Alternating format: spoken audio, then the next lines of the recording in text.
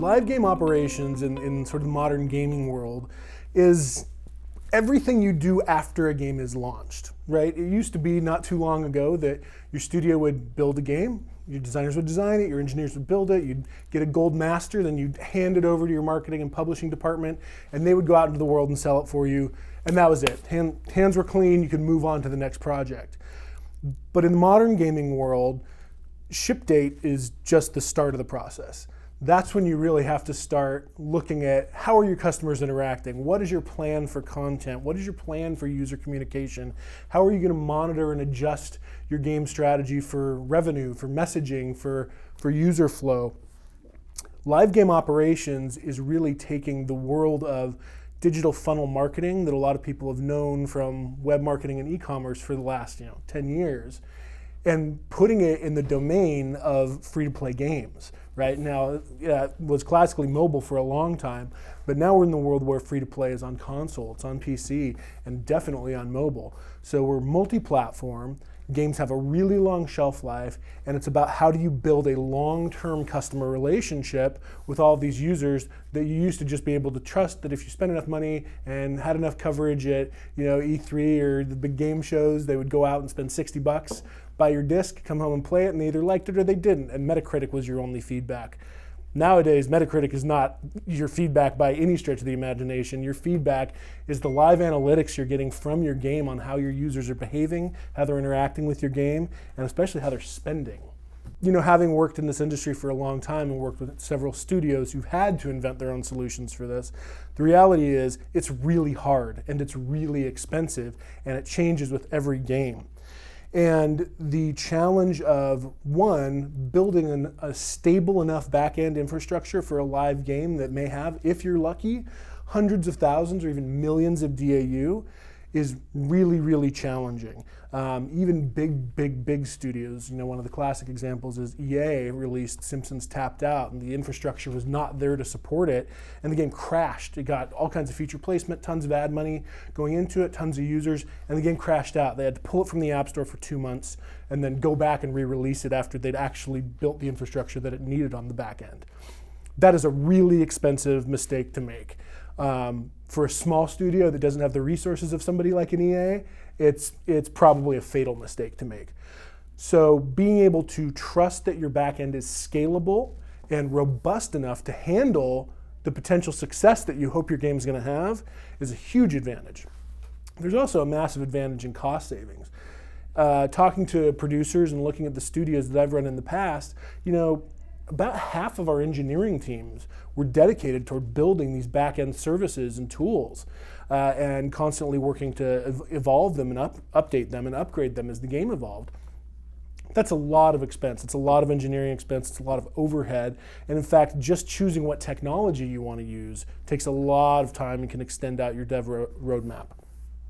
So being able to use a system like PlayFab, where we've made a lot of those decisions for you. We have a dedicated team. 100% of our engineers are dedicated toward making sure the PlayFab backend, and therefore your backend, is up, running, scalable, stable, and secure all the time, that it's constantly being upgraded with new features and new integrations to be able to work with the latest and greatest of the different development platforms and different publishing platforms.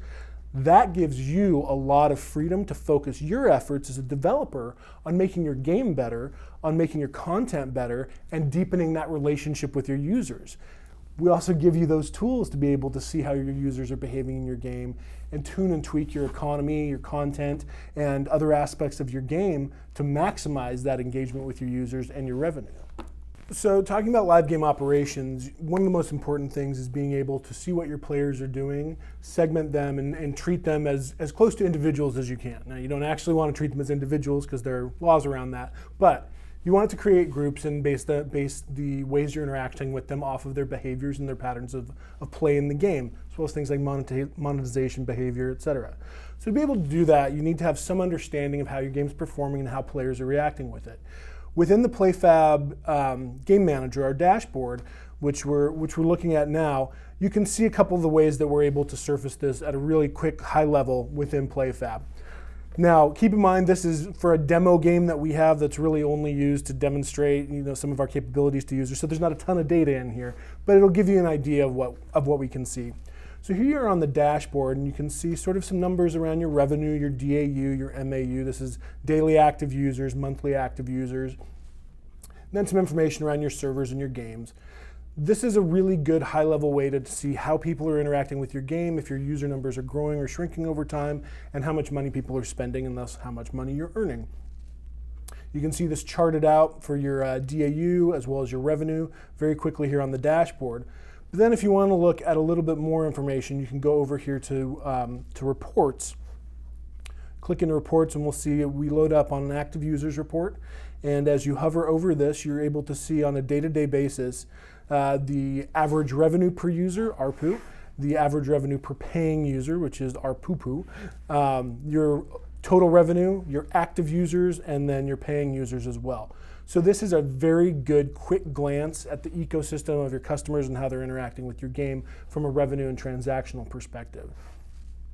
You can also see a summary of the entire table in this, or the entire chart listed in this table down below. If you go up to the top, you can see that you can change the duration, the scope of the charts, as well as the report that you're looking at. So we also have reports for API usage and billing, and this is for customers who want to see how much of the PlayFab service they're using each month and get an idea to be able to project what their bill is going to be at the end of the month. You can also see retention, which is a big thing. Stickiness in your game is really critical. I always say it's much, much cheaper to keep a user you have than to replace them with one you don't. So finding ways to keep users in your game, very important. Again, this is demo data, so there aren't a lot of points here, but you'll see that as you scroll along, you can at a quick glance see your 1, 7, and 14-day retention numbers for your users in the game, and below you can see the 1-day and 7-day numbers for the entire chart as an average. If you go below that, you'll see the daily cohort retention table. Now this is really important to look at. What you'll see is if we look at 6/22, for instance, a date with some data, day 0, which is install date, it's always going to be 100% for when you have users in there. Actually, let's look down at 6/30 here, where we have a few days of data. So if you look, day 0 is 100, because everybody who came in and installed on that day was present on that day.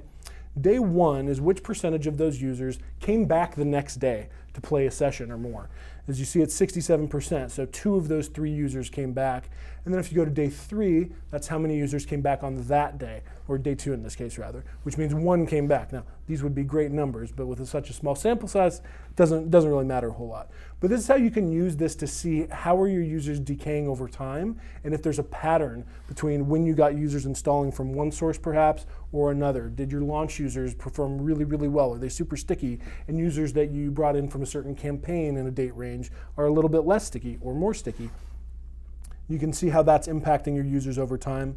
You can also look at 7-day cohort retention and calendar week cohort retention below that. This gives you a little bit of a broader view in terms of how users that were gathered within a particular week are returning as a group over time.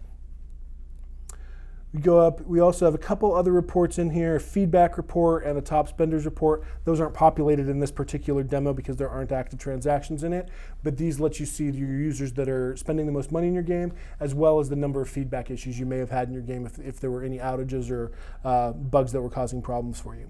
For our premium tier customers, when you go into the analytics tab, you'll have access to this little button, which takes you over to our integration with Apiary, which looks something like this. This is the dashboard for that same demo game once it's loaded up in Apiary. Now, Apiary allows you to see real-time feed on the activity your players are taking in your game, look at them by segment or by individual to see how they're performing and what they're doing. So for instance, looking at this page, you see that we've got 125 users in this segment of users who did anything and are anyone. So this is basically an all user segment. The things that we've chosen to put up here on the dashboard are monster kills, day since last visit, currency earned, and average monster kills again for some reason. You can export this if you need to out into Tableau or database or Excel if you want. And then you see a list of all the users that are in this segment and some information about them. And these are customizable fields. You see if you drop it down, you can add different fields in. Anything that is basically being tracked in this database that you set up as an event in your game is going to be tracked in here, and you can segment users based on it. If we look at a particular user, let's look at James Tablet. That's PlayFab CEO. in his particular tablet, and we'll see what he's been up to. So you can really quickly see his PlayFab user ID, all of his stats, his virtual currency balances, and then if you go down, you can see his events. And this tracks every event he's done in the game, right? You can see that he logged in, he set something, he did a profile update, he consumed an item. So this is really good when you see certain issues with users. One, it's good for customer support. You can go into a user's profile, see what they've done, and be able to correct an activity, change their balances, adjust things as necessary. But it's also really good if you see some sort of anomaly. If you release a game and 2 days later a user who's just started playing is suddenly at level 9,999 and has infinite currency basically, they may have found an exploit. You can go in and look at that account. You can do a segment based on users who are at level 9,999, identify who those users are, then go look at the event log and see what's happening with them, or even reach out and contact them and perhaps see what they did. You can set this beyond just users by creating segments. Now again, segmenting users based on their behavior in the game is a really good way to determine the right messaging, the right offers, the right sort of engagement you want to make with them. So you can see we've got a bunch of different segments in here. They're very easily created.